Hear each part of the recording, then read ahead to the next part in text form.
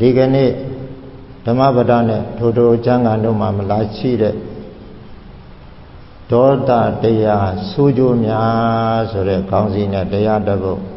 ရှင်းပြပေးပါမယ်။ဤတရားတော်များကိုမဟောကြားမီဤတရားတော်များကိုမနာကြားမီမူလတရားတော်များရဲ့ပိုင်ရှင်ဖြစ်တော်မူသောသုံးလောကထွဋ္ဌတပ္ပညုမြတ်စွာဘုရားကိုပူဇော်နေကြဂါထာစာပိုက်ရွတ်ဆိုပြီးတော့ပူဇော်ပါမယ်။ဗုဒ္ဓဘောဓာယတေတေတိတံတောယောဓမ္မတာယသသမထာယတံတောဓမ္မတေနောဝဒရဏာယသနိဗ္ဗုဒောနိဗ္ဗာနထာယတံလောကဒရဏနမေယောဘဂဝါအကျဉ်းများစွာဘုရားရှင်ကိုရောမြတ်ကြီးသည်ဗုဒ္ဓသစ္စာလေးပါးမြတ်တရားကို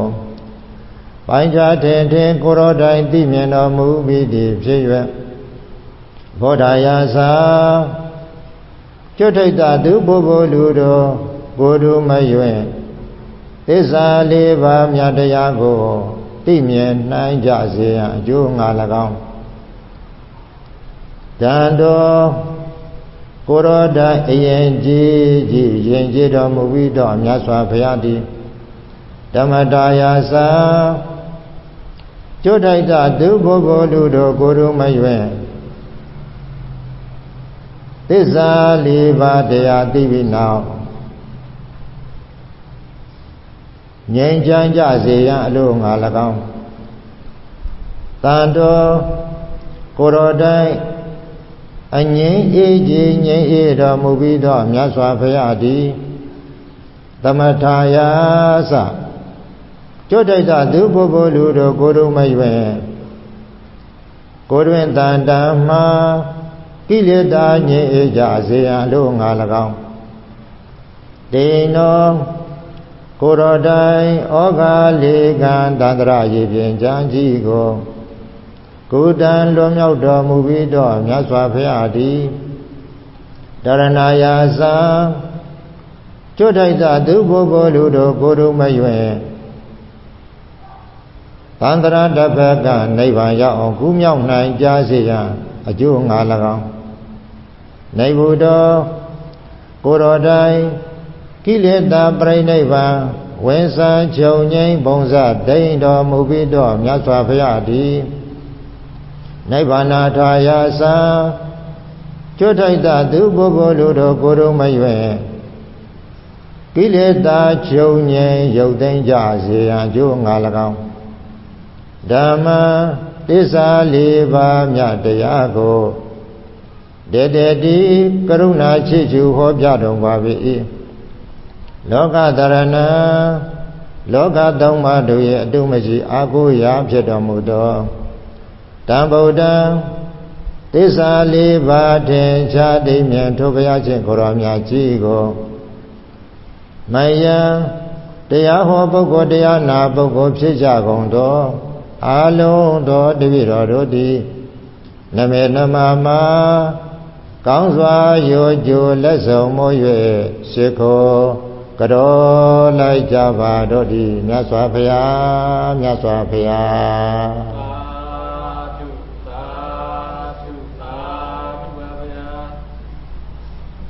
ဒီကနေ့ဒေါသတရားစုကြိုများဆိုတဲ့တရားကိုဟောပြပါမယ်ဒီဒေါသတရားစုကြိုများဆိုတဲ့တရားကိုဘုရားရှင်ကိုရောမြတ်ကြီးသည်သာဝတိပြည်စေတဝန်ကျောင်းမှာနေတော်မူတဲ့အချိန်တုန်းကတဲ့ဘုရားရှင်ကိုရောမြတ်ကြီးမထင်ရှားတဲ့ဥစဉ်တစ်ပါးကိုအကြောင်းပြုပြီးတော့ဒီတရားကိုဟောကြားတော်မူတယ်နော်ဘုရားရှင်ကိုရောမြတ်ကြီးစေတုံအကြောင်းတရေသုံးတော်မူတော့ဝါတော်လေးရလာပြီဆိုတော့မြတ်စွာဘုရားကကျောင်းအဆောက်အဦတွေကိုဆောက်လုပ်ပြီးတော့တူတန်းခွင့်ပေးလိုက်တော့ ရာဇယိုတထေကြီးတွေကကျောင်းဆောက်ပြီးတော့လှူဒန်းကြတယ်နောက်ကျောင်းတကာကျောင်းမှတည်းလဲကျောင်းဆောက်ပြီးတော့လှူဒန်းကြတယ်တဲ့အရင်တုန်းကတော့ရဟန်းတော်ရှင်မြတ်တွေမြတ်စွာဘုရားကျောင်းခွင့်မပြုခင်အခါတုန်းကသိပ္ပင်အောက်တို့နောက်တော့ကြောက်လိုင်းကူတို့လွင်တီခေါင်တို့သုတ်တန်တို့သင်လျော်တဲ့နေရာမှာတရားဓမ္မအထောက်ပြီးတော့ဒီလိုပဲတည်သုံးတော်မူကြတယ်အဲ့တော့မြတ်စွာဘုရားရှင်ကိုရောမြတ်ကြီးကိုတော်တိုင်လည်းပဲဒီလိုပဲတည်သုံးတော်မူပါတယ်အဲ့တော့ဘုရားရှင်ကိုရောမြတ်ကြီးကျောင်းခွင့်ပြုဖို့အကြောင်းပေါ်လာတဲ့အတွက်ကျောင်းကိုခွင့်ပြုလိုက်တဲ့အခါမှာယဟန်တွေလည်းပဲကျောင်းတွေကိုယ်တိုင်စီမံပြီးတော့ဆောက်လုပ်ကြတယ်အစပထမတော့သိပင်တွေဝါပင်တွေခုတ်လို့ရှိရင်လေယဟန်တော်တွေမှာအပတ်မတင်ဘူးအဲ့တော့ယဟန်တော်တစ်ပါးကကျောင်းလေးဆောက်ပြီးတော့သူကကျောင်းနဲ့အေးအေးချမ်းချမ်းအေးလူလူတရင်သုံးကျင်တယ်အဲ့လိုတရင်သုံးကျင်တဲ့အခါမှာအဲ့ဒီယဟန်တော်က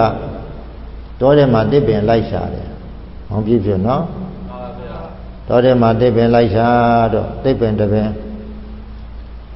အလုံးကလည်းတစ်ပင်လုံးကလည်းပင်စီပင်လုံးကလည်းကောင်းတယ်။ဒီတစ်ပင်ခုတ်လိုက်လို့ရှိရင်တော့ကိုလိုအပ်တဲ့တစ်တွေတော်တော်ပြည့်စုံသွားမှာပဲလို့အဲ့ဒီတစ်ပင်ခုတ်မလို့ဓာဆန့်တာပေါ့ပါနော်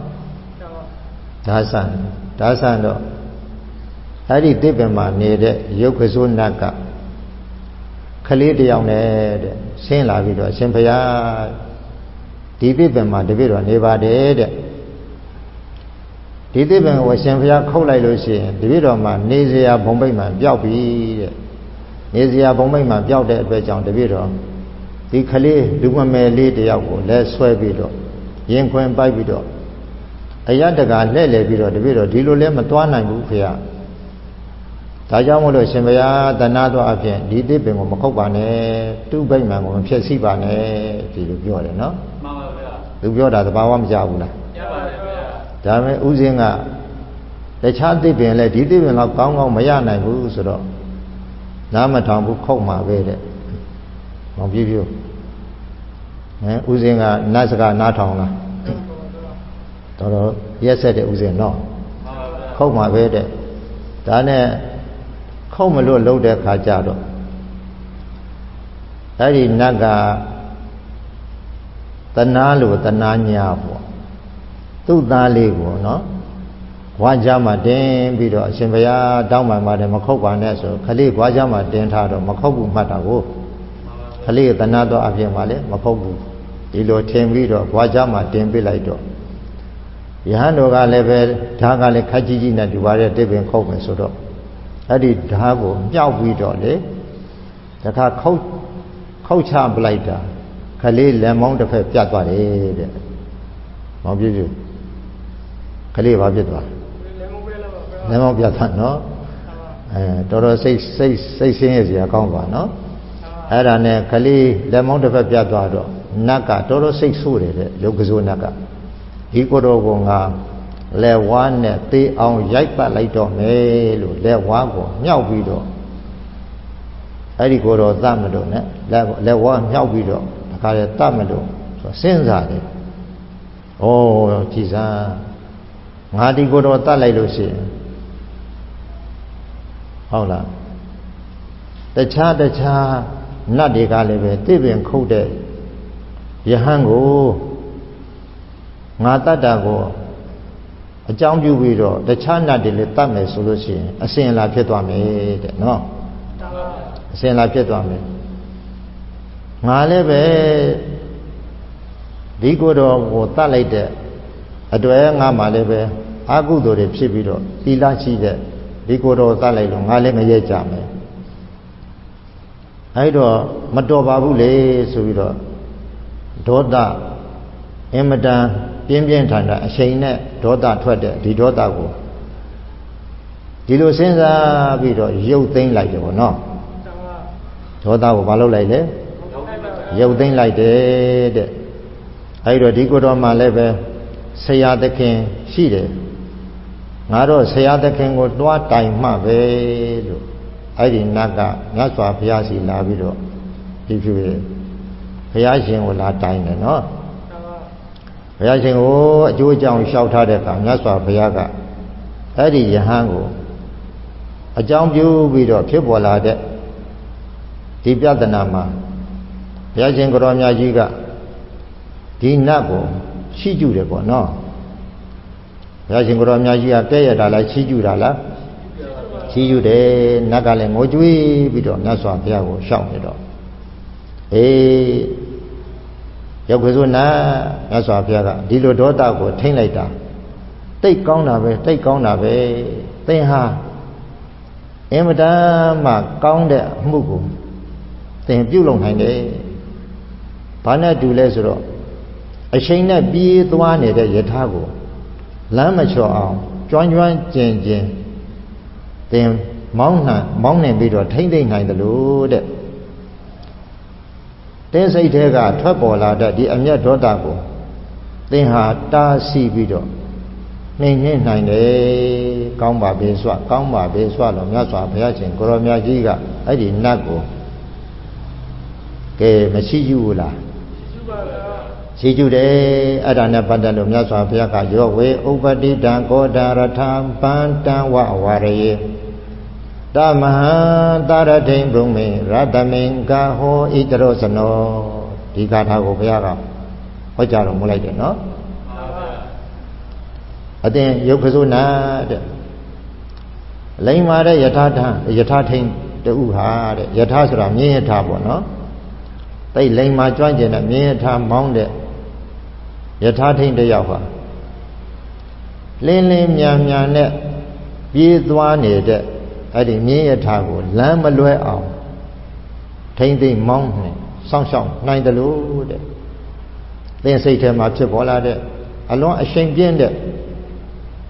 ဒီဒေါသတရားကိုသင်ဟာအမှန်တကယ်ထိမ့်သိမ့်သိမ့်သိမ့်နဲ့သင်တားမြစ်နိုင်တဲ့အတွေ့သင်ဟာအင်မတန်ကျွမ်းကျင်လိမ္မာတဲ့ယထာထိန်နဲ့တူပါတယ်တဲ့နော်ဒီလိုမထိမ့်သိမ့်နိုင်တဲ့လူကိုတော့မြတ်စွာဘုရားကဒါလိမ္မာတဲ့ယထာထိန်မဟုတ်ဘူးတဲ့ဟာလေယထကြိုးကိုကင်တတ်တဲ့လူပဲဖြစ်ပါတယ်တဲ့မြတ်စွာဘုရားကနော်ယထာကြိုးကင်တဲ့ယထာထိန်နော်မြတ်စွာဘုရားကကျွမ်းကျွမ်းကျင်ကျင်ယထာမြင်းယထာကိုမောင်းနှင်တတ်တဲ့အတွက်တဲ့လိမ္မာတဲ့ယထာထိန်ဆိုတဲ့ကျွမ်းကျင်တဲ့ယထာထိန်ဆိုတဲ့ဘဝရတယ်လို့သင်ကလည်းပဲဒေါသကိုထိမ့်သိမ့်နိုင်တဲ့အတွက်သင်ဟာလည်းပဲအင်မတန်မှဟုတ်လားကောင်းတဲ့လောက်ရတစ်ခုကိုတင်လုံနိုင်တယ်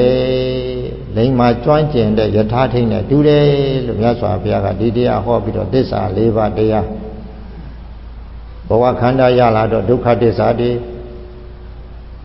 ဒုက္ခသစ္စာကိုဒုက္ခသစ္စာမှမသိလို့လိုချင်တဲ့လောဘဒနာဥစည်းသမုဒယသစ္စာတွေအကျိုးစားကြလို့ဘဝခန္ဓာအထထရတယ်ဒီဘဝခန္ဓာကိုဒုက္ခသစ္စာလို့သိပြီးတော့ယုံနာဖြစ်ပျက်ကိုဝိပဿနာဉာဏ်နဲ့ရှုနိုင်တာကမေဃသစ္စာထို့ဘဲတော့မေဃသစ္စာကိုပွားများအားထုတ်ပြီးတဲ့နောက်တဲ့နိရောဓသစ္စာဆိုတဲ့နိဗ္ဗာန်တရားကိုမျက်မှောက်ပြုရတယ်ဆိုပြီးတော့သစ္စာ၄ပါးအထွတ်တတဲ့ဒေသနာကိုဟောလိုက်တော့ခုနကခလေးတယောက်နဲ့နော်ခလေးကလည်းလက်ပြသွားပြီနော်လက်ပြသွားတဲ့ခလေးတယောက်နဲ့ဘုရားရှင်ကိုရောမြတ်ကြီးကိုလာလျှောက်တဲ့အဲ့ဒီနတ်ကမြတ်စွာဘုရားတရားဒေသနာအဆုံးမှာသောတာပန်အရိယာသူတော်ကောင်းဖြစ်သွားတယ်တဲ့ဒါပေမဲ့လို့အငိုးမတိတ်သေးဘူးတဲ့ဟုတ်လားမောင်ပြည့်ဖြူအငိုးမတိတ်သေးဘူးဘာလို့ရမလဲအငိုးမတိတ်တော့ဟုတ်လားဘုရားရှင်တရားဟောလို့ဘာဖြစ်သွားပြီသောတာပန်ဖြစ်သွားပြီဒါပေမဲ့အငိုးတိတ်လားမတိတ်သေးဘူးဒီတော့မြတ်စွာဘုရားကဘာလို့ဆက်ငိုနေတာလဲလို့မေးတယ်နော်အရှင်ဘုရားတဲ့ဟုတ်လားဒီကိုယ်တော်ခုတ်လိုက်တဲ့အတွက်ကြောင့်သူ့မှာနေစရာ ဘာလဲဘိမှမရှိတော့ဘူးဟုတ်လားဒီကိုတော့ခုတ်လိုက်တော့သူ့မှာနေစရာဘိမှဘာဖြစ်သွားကြောက်သွားပြီဟုတ်လားရုပ်ခစိုးနဲ့ဆိုတာနော်တိပ္ပင်ကိုအမိပြုပြီးတော့နော်ဟုတ်လားတိပ္ပင်ကိုမှီပြီးတော့တိပ္ပံမှာဘိမှဖန်ဆင်းပြီးတော့မှနေတတ်တယ်တဲ့နော်တိပ္ပံမရှိတော့သူ့မှာဘိမှလဲပါလေမရှိတော့ဘူးပျောက်သွားပြီနော်အဲဒီပျောက်သွားပြီတိပ္ပင်ကိုဘလူခောက်လိုက်ဥပဇင်နော်အဲ့ဒီဥစဉ်တော်ရက်ဆက်နော်ဟောကလေးတင်ထားတာတော့ဟုတ်လားကလေးကိုမတနာဘူးနော်မတနာလို့တော့မဟုတ်ဘူးသူကပါလေသူဓာတ်ကိုအချိန်နဲ့ရွယ်လိုက်တဲ့ဥစ္စာသူကမထိန်နိုင်ဘူးကိုမထိန်နိုင်ခုံးမိသွားတော့ကလေးလက်ပါဖြစ်သွားလက်သက်သွားပြီလက်သက်သွားတော့နော်အဲ့ဒါနဲ့ကလေးတယောက်လည်းအပြတ်နဲ့နော်တနာစရာကြီးပဲမြတ်စွာဘုရားရှိမှငိုးပြီးတော့ရှောက်နေနော်ဟိုကဘာဖြစ်သွားပြီသောတာပန်တည်သွားပြီအဲ့တော့မြတ်စွာဘုရားရှင်ကိုရောမြတ်ကြီးကဒါဖြင့်တင်းမှာနေစရာဘိတ်မှာမရှိတော့ဘူးဆိုရင်ငါဘုရားကတင်းကိုကူညီမယ်လို့မြတ်စွာဘုရားကဇေတဝန်ကျောင်းတိုက်ကန္တာကုတီဘုရားရှင်ကိုရောမြတ်ကြီးတရင်သုံးတဲ့အဆောင်နာမှာအဲ့ဒီနတ်တစ်ပါးကတည်သွားလို့သစ်ပင်တစ်ပင်မှာနတ်မရှိဘူးတဲ့ကွာမောင်ပြည့်ပြည့်နော်အဲ့ဒီသစ်ပင်ကိုမြတ်စွာဘုရားကဒီသစ်ပင်မှာတင်သွားနေအဲ့ဒီသစ်ပင်မှာတည်သွားတဲ့နတ်မရှိတော့ဘူးနတ်လည်းတည်တာပဲနော်မှန်ပါဗျာလူလည်းတည်တာပဲနတ်လည်းတည်တာပဲနော်မတည်ခင်ကုသိုလ်လုပ်ရမယ်နော်အဲ့တော့မြတ်စွာဘုရားရှင်ကိုရောမြတ်ကြီးကဒီတရားဟောလိုက်တာပေါ့နော်မြတ်စွာဘုရားကဒီတရားဟောလိုက်အဲ့ဒီနတ်ကလည်းပဲဟုတ်လားအဲ့ဒီတိပ္ပံမှာနေတဲ့ဘုရားကိုရောမြတ်ကြီးထားပြတဲ့တိပ္ပံမှာနေတယ်ဆိုတော့အဲ့ဒီနတ်ကလည်းအင်မတန်ပါဝါကြီးသွားဆိုပြန်နော်ပါဝါကြီးသွားတယ်တဲ့တခြားနတ်တွေကလည်းသူ့ကိုလေးစားကြတယ်ဘုရားဖူလာတဲ့နတ်တွေကလည်းပဲလေးစားကြတယ်မြတ်စွာဘုရားကိုဘယ်အချိန်မှဖူးခြင်းနဲ့ဘယ်အချိန်မှမြတ်စွာဘုရားဖူးလို့အစဉ်ပြေမလဲအဲဒီနတ်ကဟုတ်လားဗုဒ္ဓဝေယဝိဇ္ဇနော်ဓမ္မဝေယဝိဇ္ဇဓမ္မဝေယဝိဇ္ဇအကျိုးတော်ဆောင်လည်းဖြစ်သွားတာပေါ့နော်ဟုတ်လားအဲဒီတော့အဲ့ဒီကိုတော်ကတဲ့ဘယ်တိုင်းပြည်ကကိုတော်လဲဆိုတော့အာလဝီပြည်ကနော်အာလဝီပြည်ကကိုတော်တဲ့နော်အဲ့ဒီကိုတော်အကြောင်းပြုပြီးတော့မြတ်စွာဘုရားကနောက်တိက္ခာပုဒ်ပြညတ်တယ်ဗာတိက္ခာပုဒ်လဲဆိုတော့ရဟန်းတော်တွေတိပင်တွေကမခုတ်ရဘူးတိပင်တွေခုတ်ရင်ဗာလေအဘတ်တင်းစေလို့ဘုရားကိုတော်မြတ်ကြီးကဟုတ်လားဘုရားရှင်ကိုတော်မြတ်ကြီးက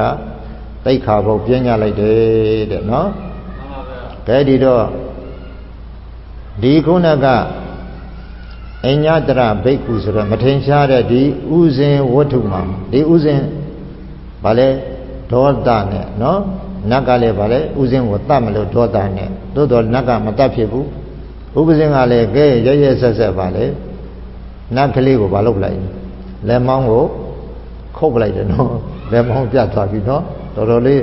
ဥစဉ်ကလည်းရက်ဆက်ကဲဒီတော့မြတ်စွာဘုရားကဒီ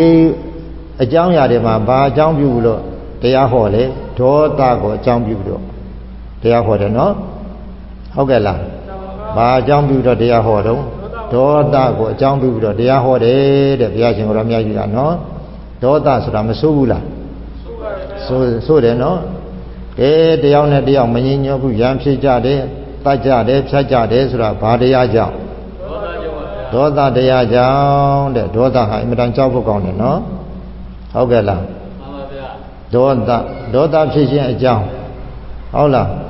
ဘာလဲဆိုတော့အနိဋ္ဌာယုံရဲ့အာယောနိသောမနတိကာရရဲ့တဲ့ဒီတရားနှစ်ပါးအကြောင်းပြုပြီးတော့ဒေါသဖြစ်ကြတာတဲ့နော်အနိဋ္ဌာယုံဆိုတာဘာလဲမကောင်းတဲ့အာယုံကိုယ်စိတ်နဲ့မတည့်တဲ့အာယုံပေါ့နော်အနိဋ္ဌာယုံအာယုံကလည်းမကောင်းဘူးနှလုံးသွင်းကလည်းခတ်ဆိုးဆိုးဖြစ်တဲ့လူအဲ့ဒါဆိုလို့ရှိရင်ဘာဖြစ်လဲဒေါသဖြစ်ပြီတဲ့နော်ဒေါသဆိုတာကောင်းလားမကောင်းဘူးလားမကောင်းပါဘူးဒေါသဆိုတာဘယ်လိုသဘောရှိလဲဆိုတာဒေါသဟာကြမ်းတမ်းတဲ့လက္ခဏာရှိတယ်တဲ့ဒေါသဟာဘာသဘောရှိကြမ်းတမ်းတဲ့လက္ခဏာရှိတယ်တဲ့ ဘာနဲ့တူလဲဆိုတော့မွေဟောက်တွေကိုဒုံးနဲ့ရိုက်ပလိုက်လို့ရှိရင်ကပြင်းတွေထပြီးတော့နော်တခါတည်းအစိတ်ပြင်းတဲ့မွေပွေးမွေဟောက်တွေဟာကပြင်းတွေထပြီးတော့တခါတည်းချူးချူးချက်ချက်ဖြစ်သွားတယ်အဲ့ဒါလိုပဲဒေါသဆိုတာလေဒီမွေဟောက်လိုပဲတဲ့ဒီမွေပွေးမွေဟောက်နဲ့တူတယ်တဲ့နော်မှန်ပါဗျာနောက်တခါပါလဲဒေါသရဲ့သဘောတဘာဝကိုစာမပြောပြထားတယ်ဒေါသဖြစ်လာတဲ့ပုဂ္ဂိုလ်ဟာခန္ဓာကိုယ်အမူအရာတွေအလုံးဖောက်ပြန်သွားတယ်ပြောင်းလဲသွားတယ်ဟုတ်လားမျက်နှာတွေหนีသွားတယ်ခန္ဓာကိုယ်တွေကြမ်းကြမ်းတမ်းတဲ့အမူအရာတွေဖြစ်လာတယ်နော်မှန်ပါဗျာအဲ့ဒါလိုဖောက်ပြန်တဲ့အမူအရာတွေဟာရွေ့ချပြီးတကိုယ်လုံးပြန့်နှံ့ပြည့်နဲ့သွားတယ်ဆိုတဲ့ပိဿရတဒီဒေါသရဲ့ပိဿရတဆောင်ရွက်ပုံဒီလိုရှိတယ်တဲ့နောက်တစ်ခါဒီဒေါသဟာခန္ဓာကိုယ်မှာအစိတ်တက်သွားတာနဲ့တူတယ်တဲ့နော်မွေစိတ်တို့ကင်းစိတ်တို့တက်သွားတယ်တကိုယ်လုံးပါလေဒေါသအစိတ်တွေခန္ဓာကိုယ်မှာကိုယ်စိတ်ထဲမှာပြည့်သွားတယ်နော်တနည်းအားဖြင့်ဆိုလို့ရှိရင်တကိုယ်လုံးဒီဒေါသဖြစ်လာရင်တုံလောက်လျှောက်ရှားပြီးတော့တခါတည်းတုံရင်ရင်နဲ့ဖြစ်သွားနော်တုံရီနဲ့ဖြစ်သွားတယ်အဲ့လိုလေသဘောရှိတယ်နောက်တစ်ခါဘာနဲ့ညှားစိတ်မွေစိတ်ထိသွားတဲ့လူနဲ့တူတယ်တဲ့နော်ဒေါသဖြစ်လာရင်ဘာနဲ့တူလဲညှားစိတ်မွေစိတ်ထိသွားတဲ့လူနဲ့တူတယ်ဒီဒေါသဟာတဲ့မိမိရဲ့ဟတ္တယဝတ္ထုဆိုတဲ့နှလုံးသားကိုသိပ်ပြီးတော့ပြင်းပြင်းထန်ထန်ပူလောင်ခြင်းကိစ္စရှိတယ်တဲ့ပူလောင်တယ်ဒေါသဖြစ်ရင်ကိုယ့်ရဲ့စိတ်နှလုံးဟာပူလောင်သလားအေးချမ်းသလားပူလောင်ပါဗျာဒါကြောင့်ဒီဒေါသဟာဘာနဲ့တူလဲဆိုတောမိနဲ့လည်းတူတယ်တဲ့ဒီဒေါသဟာဘာနဲ့တူတောမိနဲ့တူတယ်ဗျာတောမိနဲ့တူတယ်အဲ့လိုဒေါသဖြစ်လာတဲ့လူဟာတဲ့ကိုယ်လည်းပျက်စီးကြောင်းသူတစ်ပါးလည်းပျက်စီးကြောင်းကိုယ်လည်းဖြည့်စီရရောက်တယ်သူတစ်ပါးကိုလည်းဖြည့်စီရရောက်တယ်လို့ဒီလိုကိုယ်ညာထဲမှာသဘောပေါက်နားလည်ရမယ်တဲ့နော်မှန်ပါဗျာဒေါသဟာကိုယ်လည်းပျက်စီးအောင်လုပ်တယ်သူများကိုလည်းပျက်စီးအောင်လုပ်တယ်မကောင်းဘူးနော်မှန်ပါဗျာဒါကြောင့်မလို့ဒေါသရဲ့သဘောကိုနောက်ဘာပြောလဲဆိုတော့လူတဦးတယောက်ကတပ်ဖြတ်ဖို့ညှင်းဆဲဖို့အတွက်အခွင့်အာဏာကိုစတင်ရလိုက်တဲ့ဟုတ်လားတတ်ချင်ဖြတ်ချင်တဲ့သူတတ်ချင်ဖြတ်ချင်တဲ့ရန်သူနဲ့လည်းတူပါတယ်တဲ့နော်မှန်ပါဗျာဒီဒေါသဖြစ်ခြင်းအကြောင်းကဟုတ်လားဘာလဲဆိုတော့အကြောင်းကရန်ညှိုးဖွဲ့ထားခြင်းကိုအခြေခံပြီးတော့ဒီဒေါသဖြစ်တာပါတဲ့နော်မှန်ပါဗျာဒီဒေါသနောက်ဘာနဲ့တူလဲဆိုတော့အစိတ်ရောထားတဲ့ကျင်ငယ်ပုတ်ရည်နဲ့တူတယ်တဲ့ဒေါသဘာနဲ့တူလဲကောင်းလားမကောင်းဘူးလားမကောင်းပါဗျာအဲ့ဒါစဉ်းစားမယ်နော်ဒေါသဖြစ်ရင်အစိတ်ရောထားတဲ့ဟုတ်လားကျင်ငယ်ပုတ်ရည်ကိုတောက်သုံးတာနဲ့တူတယ်နော်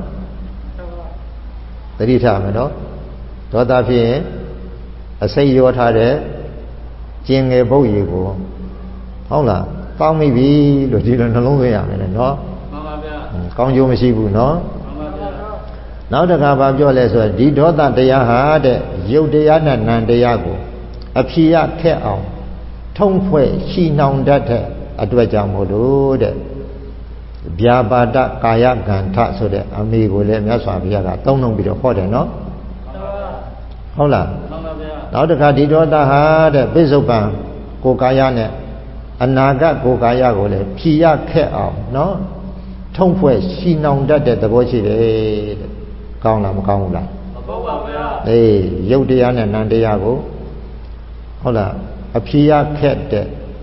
ဟုတ်လားကြိုးထုံးလို့နော်အဖြေရခက်တဲ့ကြိုးထုံးလို့ဟုတ်လားရုပ်တရားနဲ့နာမ်တရားကိုတခါရောထွေးပြီးတော့ထုံးဖွဲ့ရှိနှောင်ပြစ်တာနဲ့တူတယ်ဟုတ်တာပေါ့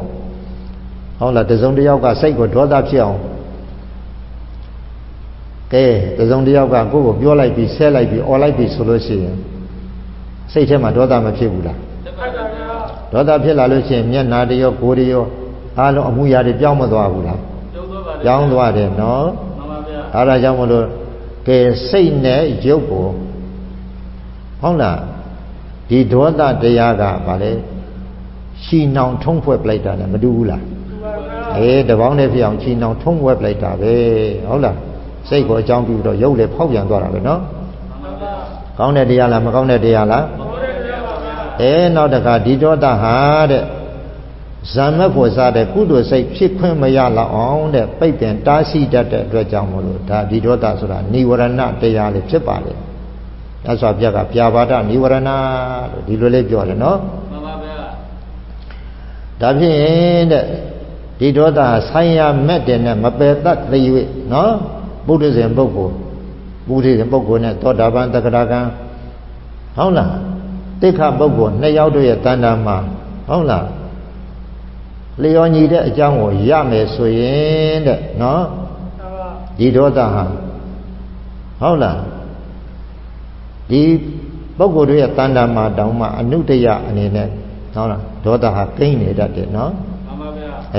တက္ကဒါကံသောတာပန်ဒီပုဂ္ဂိုလ်တွေရဲ့စိတ်ထဲမှာတောင်ဒီဒေါသကိုပုံအောင်နေတတ်တယ်နော်သူတို့ကတော့ကြီးကျယ်တဲ့ဟုတ်လားလူတတ်လောက်အောင်ဒေါသတော့မဖြစ်ပြင်မဲ့သူတို့ဒေါသလည်းဖြစ်တတ်တယ်နော်ဒီဒေါသဟာတဲ့နောက်ဒေါသကြီးတဲ့ပုဂ္ဂိုလ်ကိုချီနှောင်တတ်လို့နော်ဒီဒေါသဟာပုရိသေပုဂ္ဂိုလ်တွေကိုချီနှောင်တတ်လို့ပါလေတန်ရောစဉ်ကျူးလေဖြစ်ပါတယ်တဲ့နော်မှန်ပါဗျာလူတွေကချစ်တာကိုပါလေတန်ရောစဉ်လို့ပြောနော်မှန်ပါဗျာချစ်တာကိုတန်ရောစဉ်လို့ပြောမုန်းတာကိုကြတော့တန်ရောစဉ်လို့ပြောလားမပြောဘူးဒါပြန်မုန်းတာလည်းပါလေတန်ရောစဉ်ပဲပဋိကတန်ရောစဉ်ကျူးနော်ဒီဒေါသဆိုတဲ့တရားဟာတဲ့စိတ်ကိုညှဉ်းနှွမ်းအောင်ပေးချမ်းအောင်ပူလောင်အောင်တိတ်ဆက်တတ်တဲ့အတွက်ကြောင့်ဒီဒေါသဟာကိလေသာဆိုတဲ့နာမည်နဲ့ဒေါသကိလေသာလို့လည်းမြတ်စွာဘုရားဟောတယ်နော်မှန်ပါဗျာ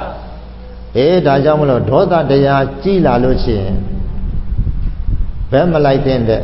အာဂရိတရားဘက်ကိုလည်းဘက်လိုက်တတ်တဲ့အတွက်ကြောင့်မလို့ဒါမြတ်စွာဘုရားကဒေါသဂတိဒီလိုလေးဟောတယ်နော်ဒါကြောင့်မလို့ဒေါသကောင်းတဲ့တရားလားမကောင်းတဲ့တရားလားနောက်ဒီဒေါသဟာတဲ့အကုသိုလ်တရားတို့ရဲ့အကြောင်းရင်းအခြေအမြင့်မူလဖြစ်တဲ့အတွက်ကြောင့်မလို့နော်ဒေါသမူလမြတ်စွာဘုရားကဒီလိုလေးဟောတယ်နော်မှန်ပါဗျာဒါလည်းအကုသိုလ်တွေရဲ့အရင်းအမြစ်ပေါ့နော်ကြောက်စရာကောင်းတယ်နော်မှန်ပါနောက်တစ်ခါတဲ့ဒီဒေါသတရားဟာလိမ့်ကြံကန့်ကြီးတတ်တဲ့နော်ပေတတ်တဲ့ချွတ်နွန်စည်းလိုပဲဟုတ်လားချွတ်နွန်လိုပဲဟုတ်လားမိမိရောသူတစ်ပါးရောနှုတ်ဓာကိုနော်မတန်းရှင်းအောင်ပေတီစေတတ်တယ်ဗါလဲညှဉ်းနှွမ်းအောင်လဲပြုတ်လောက်တတ်တဲ့အတွက်ကြောင့်ဒီဒေါသကိုဒေါသမလားဒေါသအငြိတ်ကြီးတော့ဟုတ်လားမှန်ပါဗျာဒေါသအငြိတ်ကြီးလို့မြတ်စွာဘုရားမဟုတ်ဘူးလားဟောလားဟောတယ်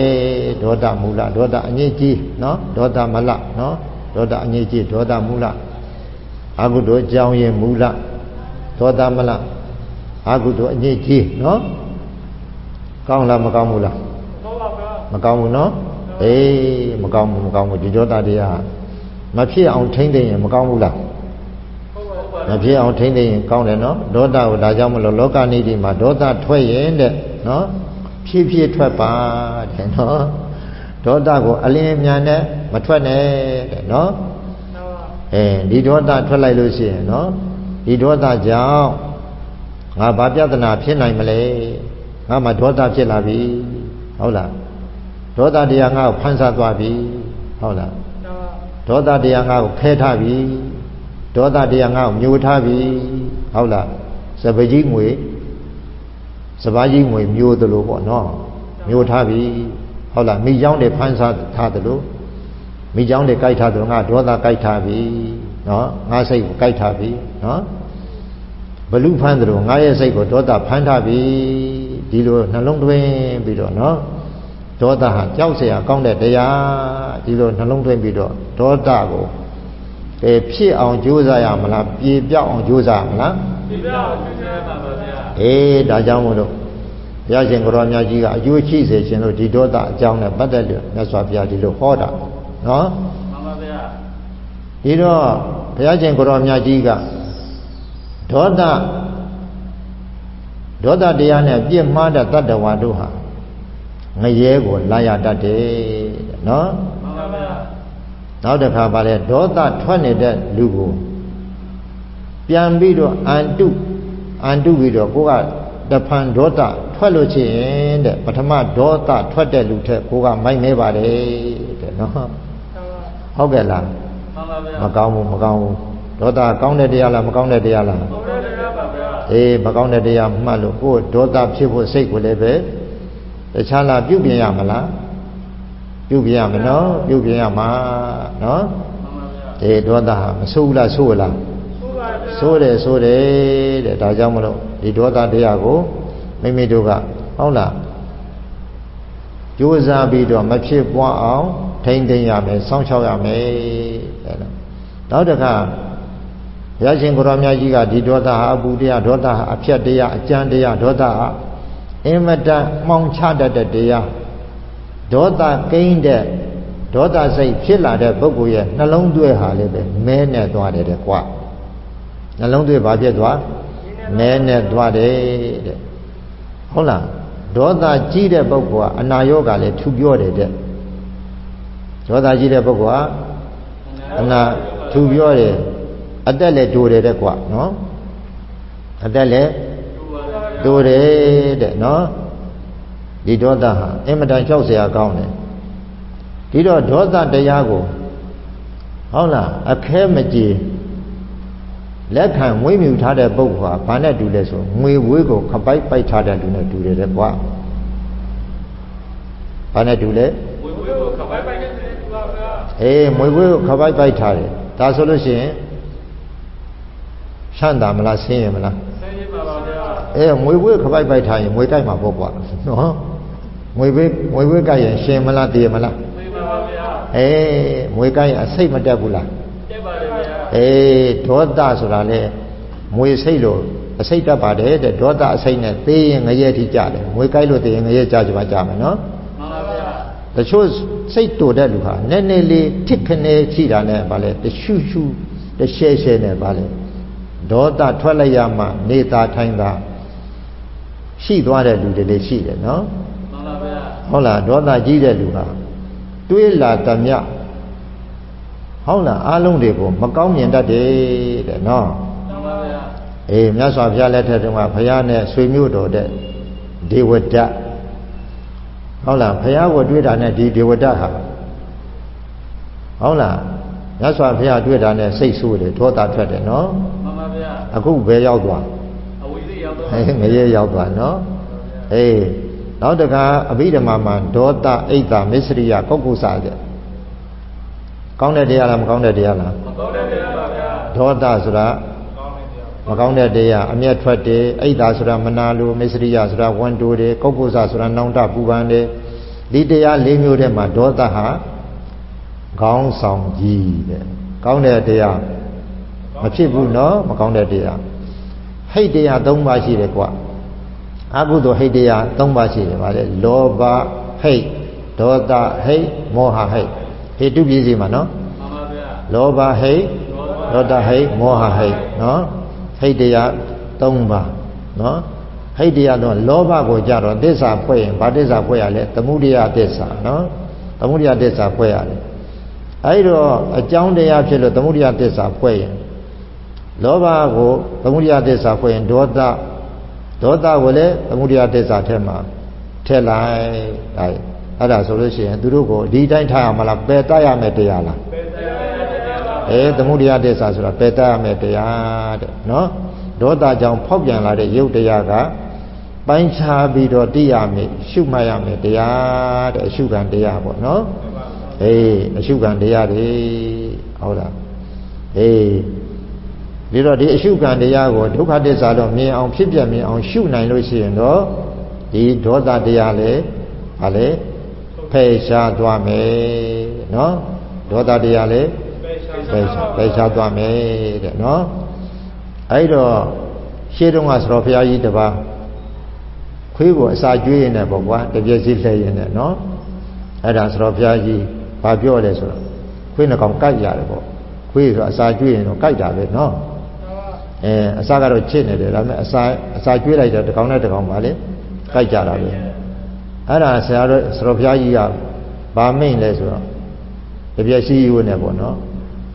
ဒီကောင်နှစ်ကောင်ကြိုက်နေကြတယ်ငါတပြည့်စီယူနေတယ်ဟုတ်လားရိုက်လိုက်မင်းလို့ရှိရင်တဲဒီခွေးတွေငါ ငါရိုက်လိုက်ရရင်နော်ငါပါဆိုရင်3ကောင်ဖြစ်သွားမယ်နော်ဟုတ်လားကွာဟုတ်လားခွေရိုက်တော့စတော်ဖျားကြီးလဲပါလေဒေါသနဲ့ရိုက်တဲ့အတွက်ကြောင့်ငါပါဆိုရင်ပါလေ3ကောင်ဖြစ်သွားတော့မယ်တဲ့စတော်ဖျားကြီးကညှိတယ်ပေါ့နော်ဒီတော့ကွာဒေါသဆိုတာစိတ်ကဖြစ်လာတာနော်ဒီစိတ်ကဖြစ်လာတဲ့အခါစိတ်ဆိုတာကကွာဥပ္ပတိပင်လို့ပြီးတော့မှဖြစ်တည်ပြက်ဟုတ်လားခဏငယ်3ချက်နော်ခဏငယ်3ချက်ပဲအသက်ရှင်တယ်ဖြစ်တည်ပြက်ဆိုတော့ဒီစိတ်တစ်ခုပြက်သွားပြီနော်ဖြစ်တည်ပြက်ဆိုတော့စိတ်တစ်ခုပါလေပြက်သွားပြီအဲ့တော့ရှုမှတ်နိုင်မယ်ဆိုလို့ရှိရင်ကဲဒါအရှုခံတရားဖြစ်တဲ့အတွက်ဟုတ်လားအရှုခံတရားလှုပ်လိုက်ကြတော့လေရှုမှတ်လိုက်မယ်ဆိုလို့ရှိရင်လေကဲဒေါသဟာမသက်သာဘူးလားသက်သာမှာလားသက်သာမှာမရှုမှတ်မိဆိုလို့ရှိရင်တော့ဒီတစ်စက္ကန့်ကလေးလောက်ဟုတ်လားဥပ္ပတိပင်လောက်သာအသက်ရှည်တဲ့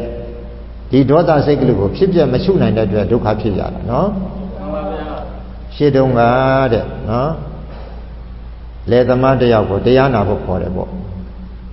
နော်ကတ္တဝမြတ်စွာဘုရားလက်ထက်တုန်းကသူတငယ်ချင်းကိုဗာလေတရားနာစီခြင်းလို့တငယ်ချင်းတဲ့တရားနာဖို့သွားကြရအောင်တဲ့နော်ခက်ကောင်တဲ့ဟုတ်လားငါတရားမင်းနဲ့တရားနာလိုက်လို့ရှိရင်တဲ့မင်းဖရာကငါအလေကိုပြီးအောင်ထုံးပေးမလားတဲ့ဟုတ်လားပြောတယ်ကိုမလိုက်ရှင်လို့ဟုတ်လားတရားနာမလိုက်ရှင်လို့ပြောတာမဟုတ်ဘူးဟုတ်လားဘာဖြစ်တယ်မင်းဖရာကငါလေကိုထုံးပေးမှာလားတဲ့နော်အဲ့ဒါနဲ့ဝစီကံနဲ့ပြစ်မှလိုက်တယ်နော်အဲ့ဒါဗာလဲဝစီကံနဲ့ပြစ်မှလာတော့ဒေါသဝစီကံကနော်ကာယကံအဖြစ်ကိုနော်ကံသင်္ခါရအဖြစ်နဲ့ထူထောင်ပေးလိုက်တဲ့အခါကျတော့ကိုယ်မူရာနှုတ်မူရာတွေရောပါရောနော်အဲ့ဒါပြစ်မှလိုက်တော့သေသွားပြီးတဲ့နောက်ပိုင်းမှာပြိတ္တာဖြစ်လိုက်တာကွာတဲ့တန်ဘူးလဲမြင်မှာလေထွန်နေရတယ်တဲ့ကွာတခြားလားဒေါသအကျွေးဆနေရတာလားအဲ့ဒါနဲ့မြတ်စွာဘုရားဒီကောရမမြတ်စွာဘုရားယဟန်တော်တွေဘုရားဖူးဝင်လာတဲ့အခါမှာအဲ့ဒီပြိတ္တာကြီးကိုတွေ့တယ်တခါကြီးဟုတ်လားသာဝတိသွားတဲ့လမ်းဘယ်လမ်းကသွားမလဲမျက်စိလဲနေလို့လမ်းမှားနေလို့တဲ့ပြိတ္တာကြီးကဘာပြောလဲရှင်ဘုရားတို့လမ်းမှားတာအခုမှတဲ့နော်တပည့်တော်ကတတ္တဗမြတ်စွာဘုရားလက်ထက်ကလေးကပါဟုတ်လားလမ်းမှားနေတာလဲထွန်နေရတာတန်ဘူးလဲမြင်မှာကြတဲ့ထက်တည်းမပြီးနိုင်ဘူးတဲ့ဟုတ်လားသူလည်းမျက်စိလဲသွားတယ်မဟုတ်လားအေးဒေါသအပြည့်မသိပဲနဲ့ဟုတ်လားဒေါသနဲ့မြတ်စွာဘုရားတရားတော်ကိုစိတ်ပါလက်ပါပြစ်မှားလိုက်တော့ဒေါသဖြစ်သွားတယ်နော်ဒေါသဖြစ်သွားတော့အဲ့ဒီဒေါသရဲ့အကျွေးတွေကိုခန္ဓာနဲ့မဆက်ရဘူးလားဆက်ရတယ်လားဆက်ရပါဘူးအေးတချို့ကြတော့ဟုတ်လားထမင်းဝိုင်းတယ်မှာငံမြန်တော့လဲဒေါသဖြစ်တယ်နော်ပေါ့ပြန်တော့လဲဒေါသဖြစ်တယ်လို့မရှိဘူးလားရှိပါဘူးထမင်းမာသွားတော့လဲဒေါသဖြစ်တယ်တချို့ထမင်းပြောသွားတာလေဒေါသဖြစ်တယ်တဲ့ဟုတ်လားအဲ့ဒါဒေါသနဲ့စားသုံးနေလို့ရှိရင်စိတ်ချမ်းသာစရာရှိပါမလားမရှိပါဘူးဗျာအေးတချို့ကစကားဝိုင်းတစ်ခုမှမနော်အခြေတင်ပြောလိုက်တာနဲ့ဗာလေဟာဒေါသဖြစ်ရောနော်တချို့ကအဲ့ဒီဒေါသတမမကြိုက်တဲ့တစုံတရာပြောမိပြန်တော့လေသူကဒေါသထွက်တယ်နော်ဟုတ်လားဒေါသထွက်တယ်နော်ဒီလိုဒေါသဆိုတာအမှန်တန်ကြောက်ဖို့ကောင်းတယ်ဟုတ်လားနှလုံးသွင်းမတက်ဘူးဆိုရင်အမှန်တန်ကြောက်เสียကောင်းတယ်တချို့လမ်းသွားရဲနဲ့တက္ကစီစီးရင်နဲ့တက္ကစီဆရာတွေလည်းတွေ့တယ်နော်ရှေ့မှာကားနဲ့ပိတ်တာနဲ့ပြဿနာလုပ်ရှင်နဲ့ဆဲတယ်ဆိုတယ်နော်မှန်ပါဗျာအေးဒေါသဖြစ်ကြတယ်နော်ဒီတစ်စက္ကန့်လောက်ဒေါသကိုမထိန်နိုင်တဲ့အတွက်ကြောင့်ပြဿနာဖြစ်ကြတာများစွာရှိတယ်နော်မှန်ပါဗျာနောက်တစ်ခါပါလဲသာဂီဝေမင်းတို့နဲ့ပတ်သက်ပြီးတော့မကျေနပ်လို့နော်ဝိတ္တုပမင်းသားနော်တစ်စက္ကန့်ဒေါသလည်းမထိန်နိုင်တဲ့အတွက်သာဂီဝေမင်းကိုမျိုးတုံးအောင်နော်မျိုးတုံးအောင်တတ်ဖြတ်တုတ်တင်ဖြစ်တယ်တဲ့သူကိုယ်တိုင်လည်းပဲပြန်လာတော့ဟုတ်လားအစီရဝတီမြစ်ကရေတက်လို့မြစ်ကမ်းထဲမှာဟုတ်လားအိတ်နေကြလို့အလုံးရေထဲပါသွားသေးတာပဲနော်ရှေ့တုန်းကဟုတ်လားဟစ်တလာတို့လည်းဗာလဲဒီတစ်စက္ကန့်ဒေါသကိုမထိန်နိုင်တဲ့အတွက်ဂျူးလူမျိုး2 သန်းကျော်လောက်ကိုတပ်ပစ်ခဲ့တယ်နော်အေးဒါကြောင့်မလို့ဒီဒေါသဟာအင်မတန်ကြောက်စရာကောင်းတယ်တဲ့ ဒီဒေါသကိုသီလသမာဓိပညာသိက္ခာ3ပါးနဲ့နော်ပယ်တတ်နိုင်လို့ရှိရင်အကောင်းဆုံးပဲနော်သီလနဲ့ပယ်တတ်တာလည်းမမြဲသေးဘူးနော်သမာဓိနဲ့ပယ်တတ်တာလည်းမမြဲသေးဘူးနော်ဝိပဿနာတရားအားထုတ်ပြီးတော့ပညာနဲ့ပယ်တတ်နိုင်မှအနာဂံဖြစ်တယ်ဟုတ်လားဒေါသပယ်တတ်နိုင်လို့ရှိရင်ဘာဖြစ်လဲအနာဂံဖြစ်တယ်အနာဂံဖြစ်ရင်တော့ဒီလောကဒီလူဘုံကာမဘုံမလာတော့ဘူးတုဒ္ဒဝါဒဗြဟ္မဘုံမှာအေးအေးဆေးဆေးသွားနေတယ်နော်ဒါကြောင့်မလို့ဒေါသဟာကြောက်စရာကောင်းတယ်လို့မိမိတို့ကဒီဒေါသကိုတတိထားပြီးတော့ညာနဲ့ထိမ့်သိမ့်တတ်မယ်ဆိုလို့ရှိရင်ကောင်းကျိုးရပါတယ်မထိမ့်သိမ့်တတ်လို့ရှိရင်တော့အပယ်ထိကြမယ်တဲ့နော်မှန်ပါဗျာဒါကြောင့်မလို့ဒီဒေါသကိုထိမ့်သိမ့်နိုင်တဲ့ပုဂ္ဂိုလ်ဟာဘာနဲ့တူလဲဆိုတော့လိမ်မာတဲ့ကျွမ်းကျင်တဲ့ဟုတ်လားမြင်းရထားကိုမောင်းတဲ့လူလို့မြတ်စွာဘုရားချီးကျူးတယ်နော်ဒါကြောင့်မလို့မြတ်စွာဘုရားချီးကျူးတဲ့ပုဂ္ဂိုလ်ဖြစ်အောင်ကျင့်သုံးကြပါလို့ဒီကနေ့တိုက်တွန်းရင်းနဲ့နော်45မိနစ်နာရီအချိန်စီးသွားတဲ့အတွက်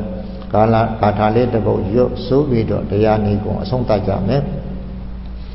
ပဇာတပသုတ်တယံတုဝဋ္ဌံတုသူမင်္ဂလာဒုသင်တုဒုက္ခတိင်္ဂမင်ပုရိန္တုတပ္ပပါရမိပဇာတပကိုယ်စီကိုငါကိုယ်တည်းတာ၌ပြောကြဆံယာတတ္တဝဟုဓမြတို့သည်သုတ်တယံတုအိမ်မက်ရာမဲ့ကောင်းစွာမဲ့၍နှစ်တကြည်သာအိဆက်တော်မူနိုင်ကြပါစေကုန်သတည်းသုမင်္ဂလာမင်္ဂလာကျက်တည်းချက်ဝေလန်းတဲ့ဖြင့်စံပွင့်တော်မူနိုင်ကြကုန်သည်ဖြစ်၍